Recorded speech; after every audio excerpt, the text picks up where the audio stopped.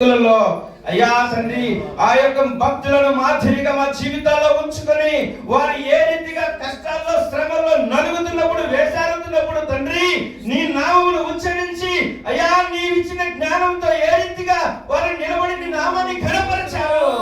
అటువంటి భయభక్తులను బ్రతుకులు మాకందరికీ అనుగ్రహింపజేశావు.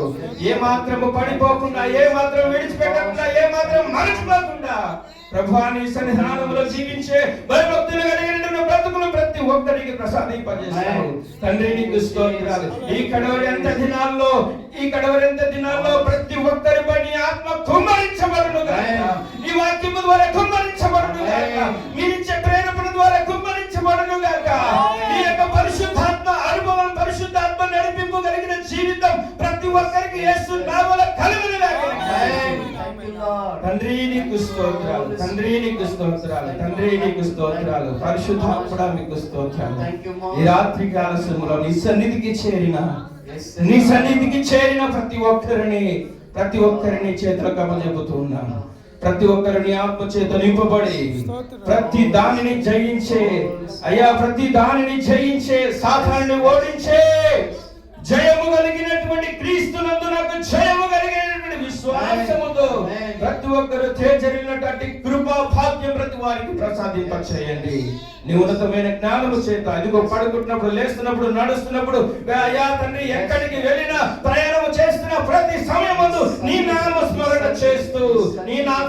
నామస్మరణ చేస్తూ అపవాదికి చోటివ్వక, ఏమాత్రము చోటివ్వక అపవాదిని ఎదిరించి నీ నామాన్ని మహిమపరిచే భయభక్తులు కలిగిన బ్రతుకు ప్రతి ఒక్కరికి ప్రసాదింపచేయమని.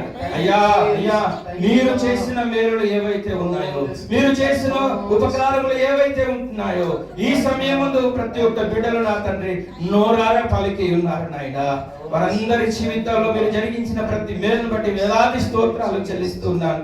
ఇంకను వారి జీవిత కాలమందు పొందుకోవలసిన ప్రతి ఆశీర్వాదం వారందరికీ యేసు నామములో కలుగును గాక. ప్రతి ఒక్కరి దీవెనలు పొందుకొని నీ నామాన్ని మహిమపరిచేటటువంటి స్థితిలో ప్రతి ఒక్కరు ఉన్నతమైన స్థాయిలో నీ నామమునకు మహిమకరంగా జీవించుదురుగాక. పరిశుద్ధుడా నీకు స్తోత్రాలు. ప్రతి ఒక్కరిని ఆత్మ చేత నింపి ప్రతి వారిని నీ సన్నిధానములో ప్రతి సంవత్సరం, ప్రతి నెల, ప్రతి దినం, ప్రతి వారం నీ సన్నిధానంలో సజీవులుగా కనబడే బాధ్యత, ప్రతి ఒక్కరు కృతజ్ఞతాస్తులు చెల్లించేటటువంటి బాధ్యత ప్రతి వారికి మీరు అనుగ్రహింపజేసి నీ నామాన్ని మహిమపరచుకున్నామని ఈ రాత్రి కాల సమయమందు మీ దైవ సేవకుల ద్వారా అందరితో నా తండ్రి మీరు ప్రేరేపించబడినటువంటి మాటలు ఈ సమయమందు నా తండ్రి మా ముఖాముఖిగా మీరు పంచుకొనబోతూ ఉంటుండగా ఈ వాక్యాలను మేమందరము నా తండ్రి పూర్ణ హృదయముతో, పూర్ణ మనసుతో అంగీకరించి ఆ మాటలో ఉన్న ఆశీర్వాదమును నా తండ్రి ఇదిగో కన్యక అయిన మరియ దేవదూత వచ్చి మాట్లాడినప్పుడు ప్రతి మాట తలపోసుకొని తన హృదయంలో ఎలా భద్రము చేసుకొని ఉన్నదో అందరి హృదయాల్లో ఈ సమయము కూడా అలాగే భద్రపరచుకొని సిద్ధపరచుకొని నీ సన్నిధానములు నా తండ్రి నీ నామాన్ని మహిమపరిచేటటువంటి వారిగా ప్రతి సమయమందు ఉంచబడినట్లు నీ కృపను దయచేయమని మా ప్రభు మీ ప్రియ కుమారుడైన యేసు క్రీస్తు పరిశుద్ధ శ్రేష్ఠ నామములో స్తుతి ఆరాధన సమర్పించి వేడుకొనుచున్నాను పరమ తండ్రి. ఆమేన్, ఆమేన్, ఆమేన్. అందరం కూర్చుందాం.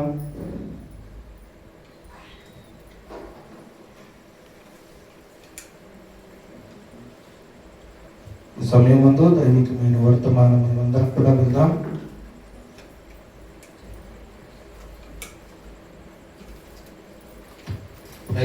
హల్లెలూయా.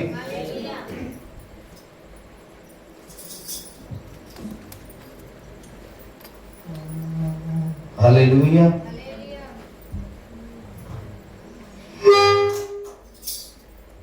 స్తోత్రం. హల్లెలూయా.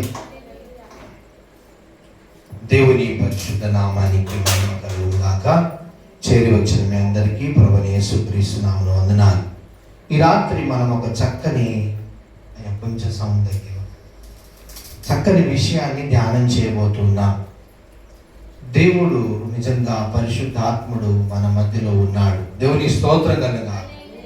ప్రభువు నా హృదయంలో ఒక సందేశాన్ని సిద్ధపరిచి ఉండగా దాని గురించి ఆరాధనలో జ్ఞాపకం చేస్తూ ఎత్తిపట్టి ప్రార్థన చేస్తూ నేను ఎంతగానో సంతోషిస్తూ ఉన్నాను.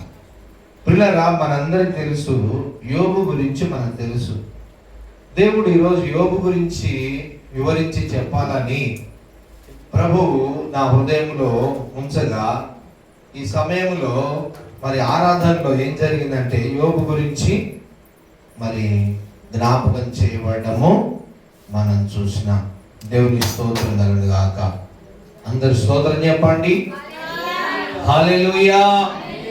యోబు గ్రంథం 8వ అధ్యాయం 1వ వచనం నుండి 7వ వచనం వరకు మనం ధ్యానం చేద్దాం. అయ్యా, లైవ్ పెడుతున్నారా? లైవ్ ఉందా? లైవ్ పెట్టండి, ఎందుకంటే ఇంటికాడ ఉన్న వాళ్ళు కూడా వాళ్ళు వాక్యం వింటారు. యోబు గ్రంథం 8వ అధ్యాయము 1వ వచనం